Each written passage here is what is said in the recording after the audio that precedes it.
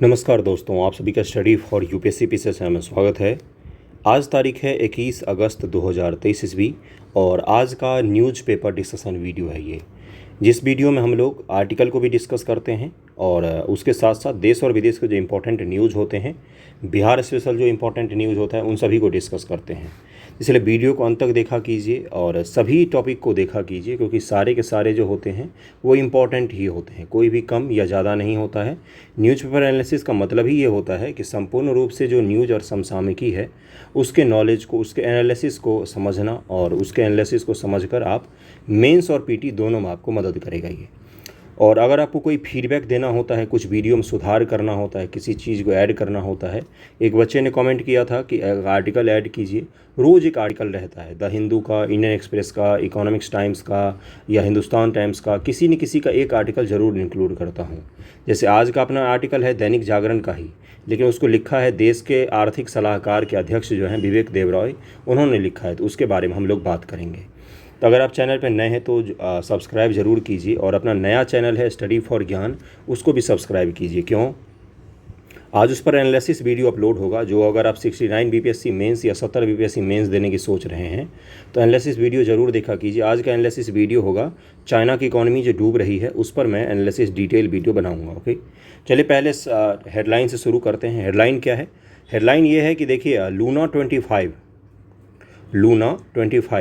ये वर्तमान जो रूस है, वर्तमान रूस में क्यों कह रहा हूँ, क्योंकि इससे पहले चांद मिशन जब रूस ने किया था उसमें वो यूएसएसआर हुआ करता था। यूएसएसआर 40 वर्षों के बाद रूस ने चंद्रमा के लिए कोई मिशन भेजा लूना 25 और वो क्रैश हो गया। इमरजेंसी उसकी स्थिति बन गई, तो कुछ टेक्निकल रीजन की वजह से वो चंद्रमा पर सही से लैंड नहीं कर पाया। क्रैश लैंडिंग हुई उसकी, जिसकी वजह से उससे संपर्क टूट गया और वो मिशन फेल हो गया। क्या नाम था उसका? लूना 25 नाम था। लूना 25 को ध्यान में रखिएगा। और रॉस्कोमॉस क्या नाम है? तो ये रूस की अंतरिक्ष एजेंसी है रॉस्कोमॉस। जैसे भारत का इसरो है और आपका अमेरिका का नासा है, यूरोपियन यूनियन का है, उसी प्रकार से क्या है, ये रूस की एजेंसी है रॉस्कोमॉस। अब अपना जो चंद्रयान है ये 23 तारीख को यानी कि परसों लैंड करेगा चंद्रमा के दक्षिणी ध्रुव पर। कहाँ पर? चंद्रमा के दक्षिणी ध्रुव पर लैंड करेगा ये। और पहली बार होगा कि दक्षिणी ध्रुव पर कोई जो अपना लैंडर है विक्रम वो लैंड करेगा। बाकी इससे पहले दुनिया में किसी का भी दक्षिणी ध्रुव के अंधकार वाले हिस्से में लैंड नहीं किया है। तो आप प्रार्थना कीजिए कि लैंड हो जाए, हमारा जो मून है चंद्रयान 3 वो लैंड हो जाए सक्सेसफुली। देखिए यहाँ पर लिखा हुआ है कि भारत का चंद्रयान 3 नया इतिहास रचने की दहलीज पर है। 14 जुलाई को लॉन्चिंग के बाद अब तक सभी पड़ाव का विक्षेप के अनुरूप पार करते हुए चंद्रयान 3 पर लैंड करेगा। तो मैं आपको क्या बोलूँगा, किन किन चीज़ों को ध्यान में रखना है, तो जब ये लैंड कर जाएगा उसके बाद और भी अधिक विस्तार से मैं आपको बताऊँगा। बाकी 14 जुलाई को लॉन्च किया गया है, इसको ध्यान में रखिएगा। कितने दिन में पहुंचेगा ये इसको भी ध्यान में रखना है। सॉफ्ट लैंडिंग करेगा, इसको भी ध्यान में रखिएगा। और क्या नाम है? विक्रम नाम है अपने रोवर का। रोवर का मतलब एक होता है जो वहाँ पर रोबोट जैसा छोटा सा उतरेगा और 500 मीटर की दूरी तय करेगा। वो 500 मीटर चलेगा कहाँ पर? तो चंद्रमा पर 500 मीटर चलेगा वो रोवर। ओके, तो यही आपको बताना था मुझे। हेडलाइन तो यही था। बाकी आज के आर्टिकल पर चलते हैं। सबसे पहले आज का आर्टिकल डिस्कस करते हैं। ओके, आज का आर्टिकल किस पर आधारित है? चीन की महत्वाकांक्षा की निगरानी। चीन के महत्वाकांक्षा की निगरानी की बात करें विवेक देबरॉय जी, ये क्या है? तो ये प्रधानमंत्री के आर्थिक सलाहकार बोर्ड के अध्यक्ष हैं विवेक देबरॉय। पहले नीति आयोग जब बनाया गया तो उसके भी अध्यक्ष रह चुके हैं और बहुत सारे उच्च पदों पर भारत सरकार में काम भी किया है इन्होंने। क्या है कि चीन एक बार फिर से ताइवान को धमकाने की मुद्रा में है और इससे संबंधित सवाल आपके पीटी मेन से पूछे जा सकते हैं। उसकी ताज़ा बौखलाहट ताइवानी उपराष्ट्रपति विलियम लाई को लेकर बढ़ी है। अपनी पराग्वे यात्रा के दौरान लाई ने अमेरिका में भी कुछ समय के लिए पड़ाव डाला और इससे चीन चेत गया है। मतलब बेसिकली ये है कि ताइवान जो है, ताइवान इसको चीन क्या मानता है कि ये मेरा हिस्सा है, ये मेरा ही हिस्सा है, मेरा ही इस पर आधिपत्य है। और आपको पता होगा कि चांग काई शेक का नाम आपने सुना होगा। जब चीन में लाल क्रांति हुई थी तो चांग काई शेक के नेतृत्व में कुछ चीन के जो नेता थे जिनको बाहर कर दिया गया था माओ त्से तुंग के नेतृत्व वाली पार्टी के द्वारा, हिंसक क्रांति हुई थी वहाँ पर। उसके बाद चांग काई शेक और उसके कुछ और नेता कहाँ पर चले गए? तो वो चले गए ताइवान में, वर्तमान के ताइवान में। वहाँ पर उन्होंने अपना आधिपत्य स्थापित किया, शासन स्थापित किया और ताइवान नामक जो देश आप देखते हैं उसकी स्थापना हुई थी। ताइवान को पहले बहुत सारे देश मान्यता देते एक अलग देश की, लेकिन चीन के बढ़ते प्रभुत्व के कारण चीन ने अपने विदेश नीति का सबसे अहम हिस्सा बना लिया कि ताइवान को आइसोलेट कर देना है। आइसोलेशन का मतलब क्या होता है? एकाकी कर देना है पूरी दुनिया में, कोई भी देश उसको रिकॉग्नाइज ना करे। आज दुनिया में बहुत ही गिने चुने देश हैं जो ताइवान को रिकॉग्नाइज करते हैं। क्या भारत ऑफिशियली रिकॉग्नाइज करता है? नहीं, हम रिकॉग्नाइज नहीं करते। हम ताइवान को ताइवान नहीं कहा जाता है भारत सरकार के द्वारा ऑफिशियली। क्या कहा जाता है? चीनी ताइपे कहा जाता है। चीनी ताइपे, चीनी ताइपे कहते हैं हम किसको? ताइवान को हम क्या कहते हैं? चीनी ताइपे कहते हैं। ताइवान को हम लोग मान्यता नहीं देते हैं, भारत सरकार ने मान्यता नहीं दिया है, इस चीज़ को ध्यान में रखिएगा। अगला क्या है कि लाई ताइवान में अगले राष्ट्रपति के प्रमुख दावेदार के रूप में उभरे हैं। चीनी सेना ने लाई के अमेरिकी दौरे को ताइवान की स्वतंत्रता के समर्थकों द्वारा विदेशी सहायता मांगने का करार देते हुए इस पर कड़ी कार्रवाई की चेतावनी दी है। और ये सबसे बड़ी महत्वाकांक्षा है चीन की कि ताइवान के ऊपर 100% अपना आधिपत्य स्थापित कर लेना, लेकिन उसके राह में कुछ रो रहा है। आर्टिकल पढ़ने से ज़्यादा ये है कि मैं आपको समझा सकूं कि क्यों इतना छोटा सा देश है ताइवान। ये बिंदु बनाऊंगा वो है, चीन अगर ये है तो ताइवान ये है। इतना छोटा सा कंपेयर में आप कर सकते हैं। चीन अगर ये है तो ताइवान ये बिंदु है। लेकिन क्यों नहीं उस पर आधिपत्य कर पाता है? क्योंकि ताइवान के पास एक शक्ति है जो दुनिया में बहुत ही कम देशों के पास है और ना के बराबर में किसी के पास है। वो क्या है?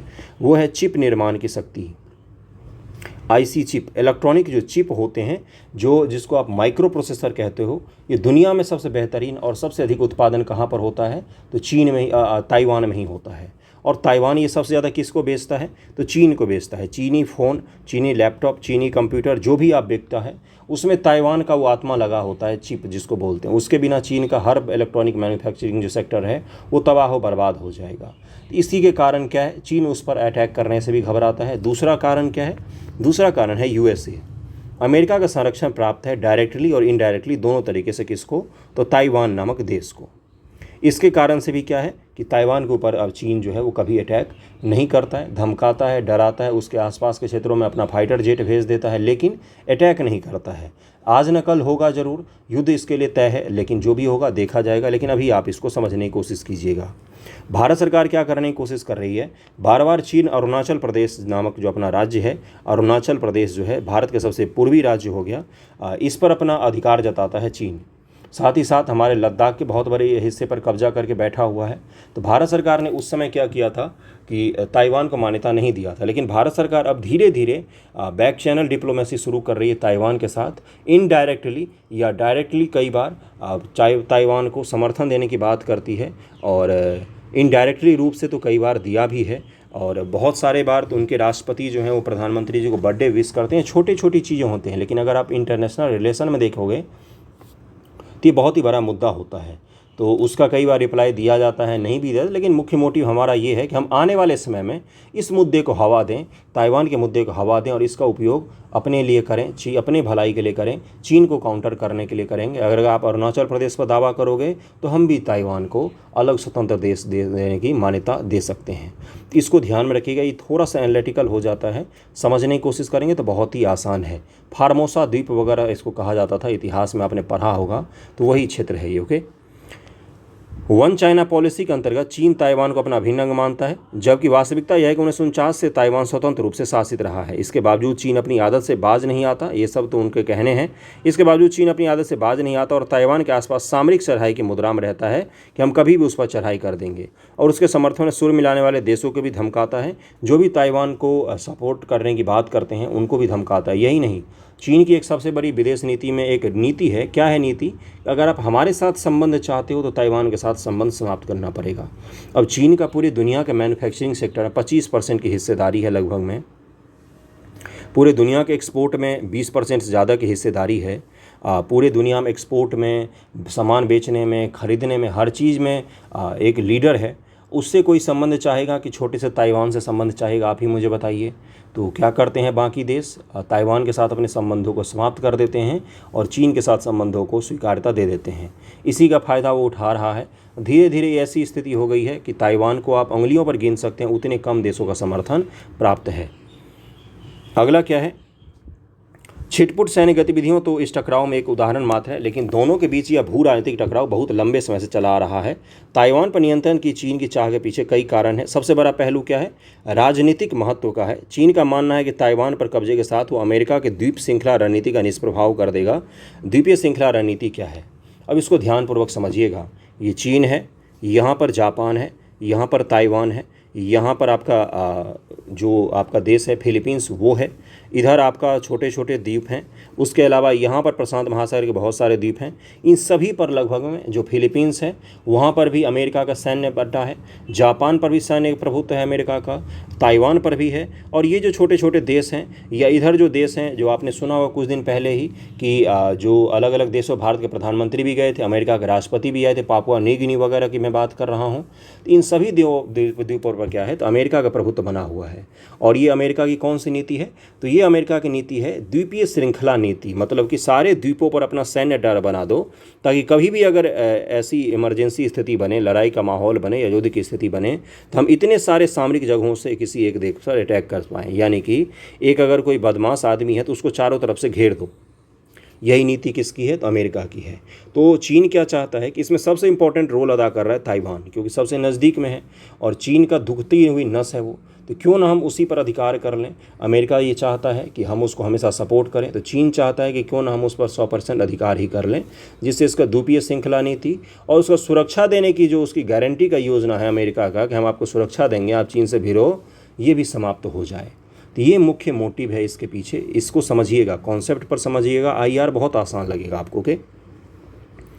अगला क्या है कि देखिए यहाँ पर लिखा हुआ है कि क्योंकि ताइवान चीन व पश्चिमी प्रशांत महासागर के बीच एक दीवार का काम करता है, यदि चीन ताइवान पर काबिज हो जाता है तो एशिया के प्रमुख समुद्री मार्ग पर उससे बढ़त हासिल हो जाएगी, जिसका वह लाभ उठाएगा। एक प्रमुख आर्थिक नीति का भी है। ताइवान विश्व के सेमीकंडक्टर का महाशक्ति है, ऐसे में उस पर नियंत्रण के साथ चीन विश्व के कई प्रमुख उद्योगों पर वर्चस्व स्थापित कर जाएगा। अमेरिका जो ताइवान को सपोर्ट करता है चीन के कारण तो करता ही है, लेकिन उससे भी बड़ा रीज़न क्या है? उससे भी बड़ा रीज़न है ये एक छोटा सा चीज़, सेमीकंडक्टर चिप। सेमीकंडक्टर चिप यानी कि अमेरिका की पूरी इकॉनमी, सेमीकंडक्टर चिप यानी कि चीन की पूरी इकॉनमी। जिसने उस पर कब्जा कर लिया उसने पूरा दुनिया के आने वाले सभी संसाधनों पर कब्जा कर लिया। जिसने उसके निर्माण को सीख लिया, उसको बनाना सीख लिया। बहुत मुश्किल होता है सेमीकंडक्टर चिप बनाना, भारत में निर्माण अभी भी नहीं होता है। हम प्रयास में लगे हुए हैं कि हम सेमीकंडक्टर चिप का निर्माण करें, क्योंकि हमें डर है कि ताइवान पर आज नकल अधिकार हो ही जाएगा चीन का। अमेरिका कुछ भी नहीं कर पाएगा, जैसे यूक्रेन में कुछ भी नहीं कर पाया वैसे वहाँ भी कुछ नहीं कर पाएगा। लेकिन हमें इसके कारण से हमारे जो व्यापार चेन है, हमारा जो प्रोडक्शन है, हमारा जो इलेक्ट्रॉनिक के रूप में हम महत्वाकांक्षा रखते हैं कि हम मोबाइल बनाएंगे, लैपटॉप बनाएंगे, ये सभी हमारे जो महत्वाकांक्षाएं खतरे में पड़ जाएगी अगर ताइवान पर अधिकार हो जाता है तो इसके कारण से हम क्या कर रहे हैं? सेमीकंडक्टर चिप को बनाने की कोशिश कर रहे हैं अपने देश में भी। अमेरिका भी क्यों ताइवान की रक्षा कर रहा है? क्योंकि उसके यहाँ भी बहुत बड़ी बड़ी इलेक्ट्रॉनिक्स की कंपनियाँ हैं जो सभी बर्बादी का आगार पर आ जाएंगी अगर उनका सेमीकंडक्टर चिप का निर्माण का कार्य छूट जाता है तो इसको ध्यान में रखिएगा। ये कुछ प्रमुख आपको मुद्दे पता होने चाहिए। ताइवान के प्रति व्यक्ति जीडीपी चीन की तुलना में 3 गुना अधिक है, जो उसकी समृद्धि को दर्शाती है। जाहिर है कि चीनी कंपनी के लिए वह अपार संभावनाएं होंगी। ताइवान को लेकर चीन का जिद एक कारण ऐतिहासिक एवं सांस्कृतिक भी है। एक समय चीनी गणतंत्र का हिस्सा रहा ताइवान। 1949 में चीनी गृह युद्ध के बाद स्वतंत्र हो गया। चीन आज तक उससे स्वतंत्र अस्तित्व को पछा नहीं पाया। यही कारण है कि उसे चीन का हिस्सा बनाना चीनी कम्युनिस्ट पार्टी के राष्ट्रपति शी जिनपिंग का रणनीति का एक प्रमुख हिस्सा है। उनका सबसे बड़ा महत्वाकांक्षा ही क्या है कि हमें चीन जो ताइवान है उसको अपने देश में मिलाना है। जैसे हम लोगों का क्या है कि हमारा जो पीओके है उसको फिर से हमें अपने हिस्से में लाना है। ये हमारा सबसे बड़ा लक्ष्य है। स्वाभाविक है चीन में आंतरिक राजनीतिक दृष्टिकोण से भी इसके गहरे निहितार्थ हैं। ताइवान पर चीन रह रहकर जिस प्रकार आंखें तरेरता है, उससे एक प्रश्न यही खड़ा होता है कि चीनी हमले की स्थिति में क्या ताइवान अपनी सुरक्षा करने में सक्षम है? सबसे बड़ा प्रश्न तो यही उठता है। इसमें कोई संदेह नहीं है कि ताइवान ने अपनी सामरिक तैयारी की है, लेकिन बाहरी मदद के बिना चीन का मुकाबला करने की उसकी शक्ति बहस का विषय है। नहीं कर पाएगा। कैसे कर पाएगा? ठीक है, उसके पास सब कुछ है, संसाधन है, हथियार है, बहुत अमीर है, सेमीकंडक्टर चिप बना सकता है, लेकिन चीन की सेना तो दुनिया की दूसरी सबसे बड़ी सेना है। उससे कैसे लड़ेगा? वो छोटा सा देश, जितनी उसकी पॉपुलेशन है उतना तो इसका आर्मी है, कैसे लड़ जाएगा बताइए? चीनी मिसाइल, हवाई हमले, साइबर आक्रमण जैसे तात्कालिक खतरों से निपटने के लिए ताइवान सेना ने मोर्चा तैयार किया है। वहीं ताइवान रिलायंस एक्ट के जरिए अमेरिका ने ताइवान के सामूहिक आत्मरक्षा अधिकार का मान्यता दिया हुआ है। हालांकि अमेरिका ने ताइवान के साथ कोई परस्पर सामरिक समझौता तो नहीं किया है, लेकिन उसको अधिकार देता है, उसको ये स्वायत्त मतलब उसको ये एक एक्ट बनाकर एक सुरक्षा की भावना प्रदान की है कि जब भी आप पर अटैक होगा तो हम डायरेक्टली आपकी रक्षा करेंगे। तो ये कुछ कारणों को ध्यान में रखेंगे आप, जिन जिन कारणों को मैंने बताया है। सेमीकंडक्टर चिप को ध्यान में रखेंगे, पूरी दुनिया की सप्लाई चेन प्रभावित हो सकती है उसको ध्यान में रखेंगे। इन मुद्दों को ध्यान में रखेंगे तो आपका क्या हो जाएगा, ताइवान से जुड़े हुए आप सवालों को आसानी से हल कर पाएंगे। बाकी इस आर्टिकल में ऐसा कुछ भी नहीं है, बाकी वही है कि क्या ताइवान तैयार है या नहीं तैयार है। इस मुद्दे को इसलिए ध्यान में रखिएगा क्योंकि पिछले साल भी अमेरिका की जो लोकसभा के स्पीकर हैं वो भी आए थे ताइवान, तो उसके कारण विवाद हो गया था। और अभी अभी भी यहाँ के ताइवान के जो नेता हैं वो कहाँ गए हैं, तो अमेरिका गए हैं, इसके कारण से भी विवाद हो रहा है। ओके, अगले न्यूज़ पर हम लोग चलते हैं। अगला न्यूज़ है आपका कावेरी जल विवाद से संबंधित। कावेरी जल विवाद एक बार फिर से चर्चा में आ गया है क्योंकि तमिलनाडु ने कर्नाटक द्वारा अपने जलाशय जल से करीब 24,000 क्यूबिक फीट प्रति सेकंड का प्रवाह सुनिश्चित करने में हस्तक्षेप के लिए भारत के सर्वोच्च न्यायालय से अपील की है। तमिलनाडु ने न्यायालय से कर्नाटक को कावेरी जल विवाद अधिकरण के फरवरी 2007 के अंतिम फैसले के अनुसार सितंबर 2023 के लिए निर्धारित 36.76 ट्रिलियन मीट्रिक टन जो है 1000 million ton cubic metric ton का प्रवाह सुनिश्चित करने का निर्देश दिया है, जिसे 2018 में सर्वोच्च न्यायालय ने संशोधित किया था। देखिए दरअसल होता क्या है, दक्षिण भारत की जो नदियां हैं वो 12मासी नहीं होती है, 12मासी नहीं होती हैं। एक कावेरी नदी तो 12मासी है क्योंकि उसको 2 मानसून से जल की प्राप्ति होती है। कौन कौन सा मानसून, तो उत्तर पूर्वी मानसून हो गया और दक्षिण पश्चिम का मानसून जो है, इन दोनों से उसको जल की प्राप्ति होती है। कावेरी के लिए 2 मानसून आते हैं। तमिलनाडु में चूंकि अलग मानसून आता है इसलिए बता रहा हूँ, अब सुनिएगा ध्यान से। फिर भी जो 2 मानसून से जल प्राप्ति होती है, कावेरी 12मासी नदी है दक्षिण भारत की। फिर भी जो कावेरी नदी है, ये दक्षिण भारत की जो नदियाँ हैं वो मौसमी नदियाँ होती, उनमें प्रायः जल का अभाव रहता है। इसलिए दक्षिण भारत में जल विवाद आपको हर राज्य के अंदर दिखेगा। कर्नाटक केरल में दिखेगा, कर्नाटक तमिलनाडु में दिखेगा, आंध्र प्रदेश तेलंगाना में दिखेगा, कर्नाटक तेलंगाना में दिखेगा। तो इसके कारण से विवाद आपको देखने को मिलते हैं। तो कावेरी नदी को लेकर विवाद होता ही रहता है। हमें इस पर नहीं जाना है कि क्या अभी वर्तमान का विवाद है, हमें ये जानना है कि इस विवाद का क्या समाधान निकला था, कावेरी नदी प्राधिकरण जो बनाया गया है उसके क्या मामले हैं, इन चीज़ों पर थोड़ा सा फोकस रखना है। ओके, क्या है कावेरी जल विवाद। देखिए यहाँ पर एक सावधानीपूर्वक तैयार की गई मासिक अनुसूची कावेरी बेसिन के 2 तटवर्ती राज्य कर्नाटक और तमिलनाडु के बीच जल के वितरण को नियंत्रित करती है। कर्नाटक के लिए सामान्य जल वर्षा के दौरान जून से मई तक तमिलनाडु को 177.25 हज़ार मिलियन क्यूबिक फीट जल साझा करना अनिवार्य है। कर्नाटक को इतना जल तमिलनाडु को देना ही देना है।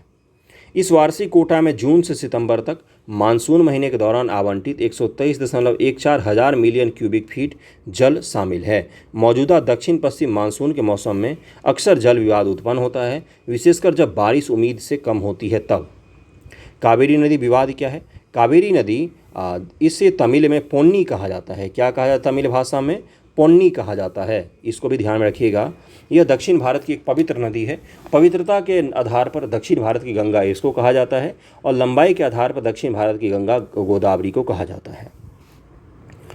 यह दक्षिण पश्चिम कर्नाटक राज्य के पश्चिमी घाट के ब्रह्मगिरी पहाड़ी कहाँ से निकलती है, इसका उद्गम है ब्रह्मगिरी पहाड़ी। कर्नाटक तथा तमिलनाडु राज्यों से बहकर दक्षिण पूर्वी को बहते हुए बड़े झरने के रूप में पूर्वी घाट से उतरकर पुदुचेरी के माध्यम से बंगाल की खाड़ी में जाकर गिरती है। कहाँ पर गिरती है, पुदुचेरी के माध्यम से बंगाल की खाड़ी में जाकर गिरती है। बाएं तट की सहायक नदी इसकी कौन कौन सी हैं, अर्कावती, हेमावती, सिमसा और हरंगी। बायां तट यानी कि अगर ये ऐसे बह रही है तो इसके ऊपर से मिलने वाली ये सभी नदियाँ हैं, और ये दाहिने तट यानी कि इसके नीचे से मिलने वाली सभी नदियाँ हैं। दाहिने तट की नदियाँ कौन कौन सी हैं, तो लक्ष्मण तीर्थ, सुवर्णवती, नोइल, भवानी, काबिनी और अमरावती। अमरावती, काबिनी और भावानी के बारे में पूछ चुका है यूपी वाला, यूपीएससी भी पूछ चुकी है। बीपीएससी ने भी एक बार दक्षिण भारत की नदियों से जुड़े हुए सवाल पूछे थे, इसलिए इसको ध्यान में रखिएगा, इसको भूलिएगा मत। इसका एक बार मैप देख लीजिए। देखिए कर्नाटक के ब्रह्मगिरी से निकल रहा है और फिर तमिलनाडु में जा रहा है, फिर यहाँ पर पुदुचेरी होते हुए यहाँ पर ये बह जाती है बाहर। ओके, तंजावुर जो आप सुनते हैं, तंजौर शहर जो सुनते हैं, जहाँ पर बृहदेश्वर का राजराज प्रथम द्वारा बनाया हुआ मंदिर है, वो कावेरी नदी के तट पर ही स्थित है। इसको भी ध्यान में रखना है आपको। ओके, और यहाँ पर मेट्टू रिजर्वायर भी इसके नदी पर बनाया गया है। विवाद क्या है, चूंकि कावेरी नदी कर्नाटक से निकलती है, केरल से आने वाली प्रमुख सहायक नदियों के साथ तमिलनाडु से होकर बहती है तथा पुदुचेरी के माध्यम से बंगाल की खाड़ी में गिरती है, इसलिए इस विवाद में 3 राज्य और 1 केंद्र शासित प्रदेश शामिल हैं। देखिए इसका नदी बेसिन जो है इसका विस्तार कहाँ तक है, तो केरल तक है और पुदुचेरी से भी होकर बहती है, इसलिए क्या हो जाएगा ये, इसलिए ये हो जाएगा कि इसमें पुदुचेरी और केरल भी शामिल हो जाते हैं। इसको भी ध्यान में रखिएगा कि केरल राज्य में बहुत सारी नदियाँ हैं जो बहकर कहाँ पर आ जाती हैं, कावेरी नदी में आ जाती हैं। यह विवाद 150 वर्ष पुराना है, 150 वर्ष पुराना है। यह वर्ष 1892 से 1924 में तत्कालिक मद्रास प्रेसिडेंसी और मैसूर के बीच मध्यस्थता के 2 समझौते से भी संबंधित है। इसमें निहित है कि किसी भी निर्माण परियोजना जैसे कावेरी नदी पर जलाशय के निर्माण के लिए ऊपरी तटवर्ती राज्य को निचले तटवर्ती राज्य की अनुमति लेना अनिवार्य है। जैसे ऊपरी तटवर्ती राज्य का क्या मतलब हो गया, यहाँ पर ऊपरी तटवर्ती राज्य हो गया यहाँ पर कर्नाटक। पुडुचेरी के ऊपरी तटवर्ती राज्य कौन सा हो गया, तो कर्नाटक और केरल दोनों ही हो गया, कर्नाटक और केरल और तमिलनाडु तीनों ही हो गए। यानी कि अगर तमिलनाडु कोई निर्माण करता है तो सबसे पहले किससे पूछना पड़ेगा, पुडुचेरी से पूछना पड़ेगा। अगर कर्नाटक कोई निर्माण करता है तो किससे पूछना पड़ेगा, सबसे पहले तमिलनाडु और पंडिचेरी से पूछना पड़ेगा। इसको ध्यान में रखिएगा, है ना। अगला क्या है, देखिए यहाँ पर लिखा हुआ है कि कर्नाटक और तमिलनाडु के बीच कावेरी जल विवाद 1974 में शुरू हुआ, जब कर्नाटक ने तमिलनाडु के सहमति के बिना पानी मोड़ना शुरू कर दिया था। कई वर्षों के बाद इस मुद्दे को हल करने के लिए 1990 में कावेरी जल विवाद न्यायाधिकरण की स्थापना की गई। 17 वर्षों के बाद CWDT यानी कि कावेरी जल विवाद न्यायाधिकरण ने वर्ष 2007 में एक अंतिम निर्णय जारी किया, जिसमें कावेरी जल को 4 तटवर्ती राज्यों के बीच विभाजित करने को बताया गया। इसमें निर्णय लिया गया कि संकट के वर्षों में जल का बंटवारा अनुपातिक आधार पर किया जाएगा।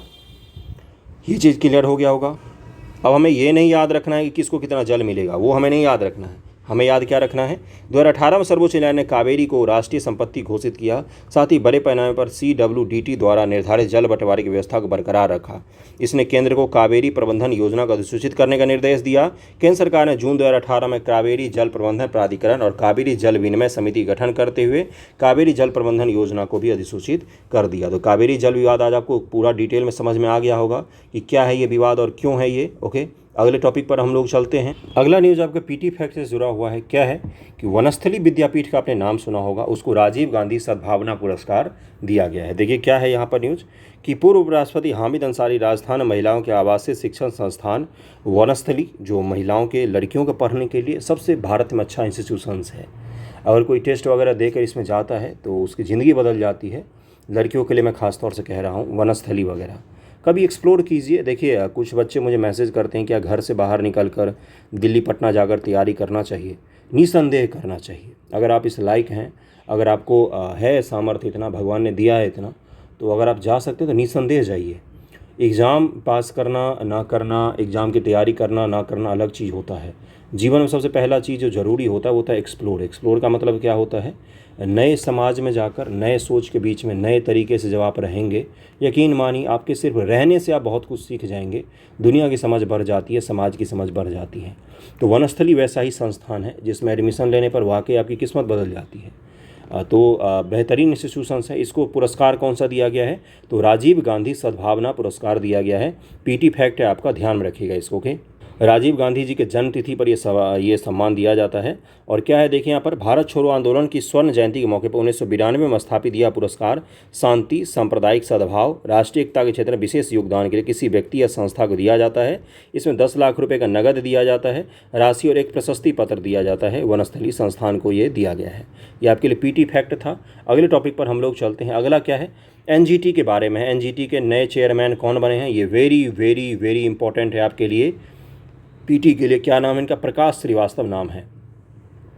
23 अगस्त को चेयरमैन पद का शपथ ले सकते हैं न्यायमूर्ति प्रकाश श्रीवास्तव जी। कलकत्ता हाईकोर्ट के पूर्व मुख्य न्यायाधीश न्यायमूर्ति Prakash Srivastava National Green Tribunal NGT के नए चेयरमैन होंगे। केंद्र सरकार ने कैबिनेट की नियुक्ति संबंधी समिति ने न्यायमूर्ति प्रकाश श्रीवास्तव की NGT चेयरमैन के रूप में नियुक्ति के 14 अगस्त को मंजूरी दे दी है। हालांकि अभी अधिघोषणा नहीं की गई है। NGT के वरिष्ठ अधिकारी के जो भी है बताया। अब मैं आपको क्या बताऊँगा, NGT के बारे में मैं बताऊंगा। वैसे NGT के पूर्व चेयरमैन न्यायमूर्ति कौन है, आदर्श कुमार गोयल, जो 6 जुलाई को सेवानिवृत्त होंगे। आदर्श कुमार गोयल का भी नाम ध्यान में रखना है, प्रकाश श्रीवास्तव का भी नाम ध्यान में रखना है। अब मैं आपको एनजीटी के बारे में बताऊंगा, क्योंकि ये फेवरेट टॉपिक है सारे स्टेट पीसीएस और यूपीएससी का, क्योंकि दुनिया में बहुत कम देश हैं जहाँ पर पर्यावरण से जुड़ा हुआ एक न्यायालय काम करता है जिसका पावर हाई कोर्ट के पावर के बराबर होता है। एनजीटी ने अगर कोई फैसला दिया है और आपको उस पर ऑब्जेक्शन उठाना है तो आप किसी हाई कोर्ट में नहीं जा सकते हैं, आपको सुप्रीम कोर्ट ऑफ इंडिया में जाना पड़ता है। इसलिए अब एनजीटी के बारे में थोड़ा सा डिटेल में समझिएगा। ओके, क्या लिखा हुआ है यहाँ पर?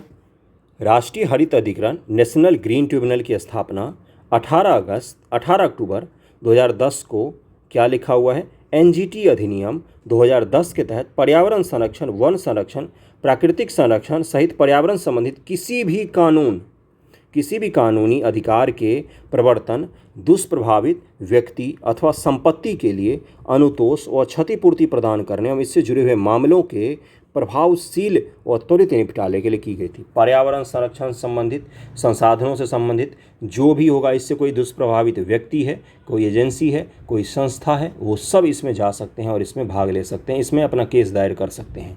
और इसके फैसले पर हड़कंप मच जाता है, क्योंकि सुप्रीम कोर्ट में आपको जाना पड़ेगा, उससे नीचे कहीं आपको कोई रक्षक नहीं मिलने वाला है। आगे क्या है? सरल भाषा में इसको पर्यावरण अदालत कहा जाता है, जिससे हाई कोर्ट के समान शक्तियां प्राप्त हैं। अंतर केवल यह है कि हाई कोर्ट को शक्तियां संविधान से प्राप्त हैं, एनजीटी को इसके लिए बनाए गए अधिनियम से है, इसलिए इन दोनों की शक्तियों में थोड़ा सा अंतर हो जाता है। 18 अक्टूबर 2010 को जस्टिस लोकेश्वर सिंह पंटा, क्या नाम है इनका? जस्टिस लोकेश्वर सिंह पंटा नाम है इनका, पहला अध्यक्ष नियुक्त किया गया था। यही आपसे जीके के तौर पर पूछ लेगा। कुछ चीज़ें जो होती हैं वो कभी पुरानी नहीं होती, उसमें से एनजीटी के पहले अध्यक्ष हैं। जैसे पहले चुनाव आयोग के कौन थे, ये भी पूछ लिया गया था कुछ में पहले। आजकल इस महत्वपूर्ण अधिकरण में सदस्यों की कमी चिंता का विषय बना हुआ है, जिसकी वजह से इसका कामकाज बुरी तरह से प्रभावित हुआ है। 6 महीने से इसका कोई पूर्णकाल अध्यक्ष नहीं था, पिछले साल का न्यूज़ है। अब मैं आपको एनजीटी की संरचना बता देता हूँ। एनजीटी अधिनियम के धारा 4 प्रावधान है कि एनजीटी में एक पूर्णकालीन अध्यक्ष, कम से कम 10 न्यायिक सदस्य और एक 10 विशेषज्ञ सदस्य होने चाहिए, लेकिन यह संख्या 20 पूर्णकालिक न्यायिक और विशेषज्ञ सदस्यों से अधिक नहीं होनी चाहिए। अधिकरण की प्रमुख पीठ नई दिल्ली में है, साथ ही इसका पीठ कहाँ कहाँ पर है? तो भोपाल, पूना, कोलकाता और चेन्नई में इसका रीजनल पीठ भी है। ओके, इसकी सर्किट पीठें शिमला, शिलोंग, जोधपुर और कोच्चि में भी है। एनजीटी का प्रमुख उद्देश्य क्या है? एनजीटी का उद्देश्य पर्यावरण के मामलों में द्रुत गति से, मतलब बहुत तेजी गति से निपटान, उच्च न्यायालय के मुकदमों के भार को कम करने में मदद करना। ये एक विशिष्ट न्यायालय है जो पर्यावरण संबंधी विवादों और बहु अनुशासनिक मामलों को सुविज्ञता से संचालित करने के लिए सभी आवश्यक तंत्र से सुसज्जित है। पर्यावरण से जुड़ा हुआ कोई भी मामला है उसमें डायरेक्ट आप जा सकते हैं। मान लीजिए आप रूम में बैठे हुए हैं, आपको ध्वनि प्रदूषण बहुत ही ज़्यादा सुनाई दे रहा है किसी काम के कारण, अगर आपको डिस्टर्बेंस हो रहा है तो आप एनजीटी में केस कर सकते हैं। एनजीटी उस पर तुरंत आदेश जारी कर सकती है, बंद करो इस ध्वनि प्रदूषण को। इतना ज़्यादा पावरफुल है और इतना ज़्यादा पीपुल फ्रेंडली भी है, लोगों की मदद करता है काफ़ी ज़्यादा ये। ओके, क्यों ज़रूरत पड़ी थी एनजीटी की? देश में न्यायिक व प्रशासनिक क्रियाकलापों से यदि पर्यावरण को नुकसान पहुंच रहा है तो उसके निवारण और पीड़ित पक्ष को त्वरित समुचित राहत व मुआवजा प्रदान करने के उद्देश्य से एनजीटी की स्थापना की गई। एनजीटी को ऐसे अधिकार दिए गए जिसके द्वारा पर्यावरण से जुड़े विवादों को हल तो जल्दी होना ही है, साथ ही अन्य न्यायालयों का कार्यभार भी कम होता है, क्योंकि एनजीटी में किसी विवाद को 6 महीने के भीतर सुलझाने का प्रयास किया जाता है। किसी विवाद को कोशिश किया जाता है कि 6 महीने के भीतर हम इसको सुलझा दें। इस अधिकरण के पास वनों की सुरक्षा, संरक्षण सुनिश्चित करना, प्राकृतिक स्रोतों का संरक्षण, पर्यावरण से जुड़े कानूनी अधिकार की रक्षा के साथ साथ किसी नागरिक के अधिकारों का हनन पर उन्हें आर्थिक सहायता उपलब्ध कराना आदि मुद्दा भी आता है। अगर आपको कोई पर्यावरण के कारण नुकसान हुआ है, मतलब पर्यावरण छोड़िए, आपका कोई नुकसान हुआ है और तो उसमें भी ये क्या करता है? भरपाई देता है और भरपाई आपको मुहैया करवाएगा। विदित हो कि न्यूजीलैंड और ऑस्ट्रेलिया के बाद भारत उन गिने चुने देशों में शामिल है जहां पर्यावरण संबंधित मुद्दे को हल करने के लिए अलग से विशेष अधिकरण की स्थापना की गई है। न्यूजीलैंड और ऑस्ट्रेलिया के बाद भारत ही उन देशों में शामिल है जहां पर पर्यावरण से जुड़ा हुआ एक अलग न्यायालय है। कौन जा सकता है एनजीटी में? क्या आप अपने घर या ऑफिस के पास या कहीं भी पर्यावरण संबंधी किसी विशेष समस्या से परेशान है तो आप डायरेक्टली कहाँ पर जा सकते हैं? एनजीटी में जा सकते हैं। अभी मैंने आपको बता भी दिया था कि आप एनजीटी में जा सकते हैं, तो इसको ध्यान में रखिएगा। और इसके जो सुप्रीम कोर्ट के न्यायाधीश वगैरह होते हैं वही सामान्य तौर पर इसके अध्यक्ष वगैरह बनते हैं। ओके, चलिए अगले टॉपिक पर चलते हैं जो अपना बिहार स्पेशल संबंधित है। क्या है न्यूज़ कि 16 अगस्त 2023 को प्रधानमंत्री मोदी की अध्यक्षता में केंद्रीय मंत्रिमंडल का आर्थिक मामलों की समिति ने केंद्र सरकार के 100% वित्त पोषण से, मतलब 100% रुपया कौन देगा? तो केंद्र सरकार देगा। रेल मंत्रालय के लगभग 32,500 करोड़ रुपये की अनुमानित लागत वाली कुल 7 परियोजनाओं को मंजूरी प्रदान की, जिसमें बिहार की 2 परियोजनाएं भी शामिल हैं। इस मल्टी ट्रैकिंग परियोजना के प्रस्तावों से परिचालन में आसानी होगी, भीड़ भाड़ में कमी आएगी, जिससे भारतीय रेल के अति व्यस्त खंडों पर आवश्यक ढांचागत विकास संभव हो पाएगा। 9 राज्य अर्थात उत्तर प्रदेश, बिहार, तेलंगाना, आंध्र प्रदेश, महाराष्ट्र, गुजरात, उड़ीसा, झारखंड और पश्चिम बंगाल के 35 जिलों को कवर करने वाली इस परियोजना से भारतीय रेलवे के मौजूदा नेटवर्क में 2339 किलोमीटर की वृद्धि होगी। इसके अलावा राज्य के लोगों को 7.6 करोड़ मानव दिवस का रोजगार भी मिल पाएगा। अब मैं आपको ये बताता हूँ कि कौन कौन से 2 परियोजनाओं की मंजूरी मिली है। उत्तर प्रदेश में मौजूदा गोरखपुर छावनी Valmiki Nagar single line section का 89.264 किलोमीटर और बिहार पश्चिमी चंपारण के 6.676 किलोमीटर का दोहरीकरण किया जाएगा। इसी रूट पर गंडक नदी पर 854 मीटर लंबा पुल बनाया जाएगा। 12 स्टेशनों वाला यह ट्रैक नेपाल सीमा के पास से होकर गुजरेगा। इस ट्रैक के दोहरीकरण के बाद इस रूट पर 15 अतिरिक्त मालगाड़ियां चलाई जा सकेंगी। सोननगर अंडाल मंडी ट्रैकिंग परियोजना की लंबाई 375 किलोमीटर होगी। यह लुधियाना सोननगर रेलखंड का विस्तार है, जिसके अंतर्गत बिहार का गया, औरंगाबाद, झारखंड का और पश्चिम बंगाल के भी कुछ जिले शामिल हैं। कई बार ये पूछ लिया जाता है कि बताइए इस रेल प्रोजेक्ट में बिहार में कितने किलोमीटर से गुजर रही है, या जो आपका बनारस से कोलकाता एक्सप्रेसवे बनाया जा रहा है उसमें बिहार में कितना किलोमीटर गुजर रहा है। तो इस तरह के सवाल आपसे पूछे जाते हैं, इसलिए मैंने इसको बता दिया है, इसको ध्यान में रखिएगा। ये परियोजना प्रधानमंत्री के नए विजन का अनुरूप है, जो क्षेत्र में मल्टीटास्किंग कार्यबल बनाकर क्षेत्र के लोगों को आत्मनिर्भर बनाएगी और स्वरोजगार उत्पन्न करेगी। तो बिहार में भी 2 रेलवे स्टेशन का 2 रेल परियोजनाओं को मंजूरी दी गई है। जो देश में बहुत सारे रेल परियोजनाएं हैं, 7 परियोजना, उनमें से 2 कहाँ पर है, बिहार में भी शामिल है। तो इसको ध्यान में रखिएगा। आज का वीडियो यहीं तक था, छोटा सा वीडियो था लेकिन बहुत सारे न्यूज़ को कवर किया हमने। थैंक यू सो मच आप सभी का।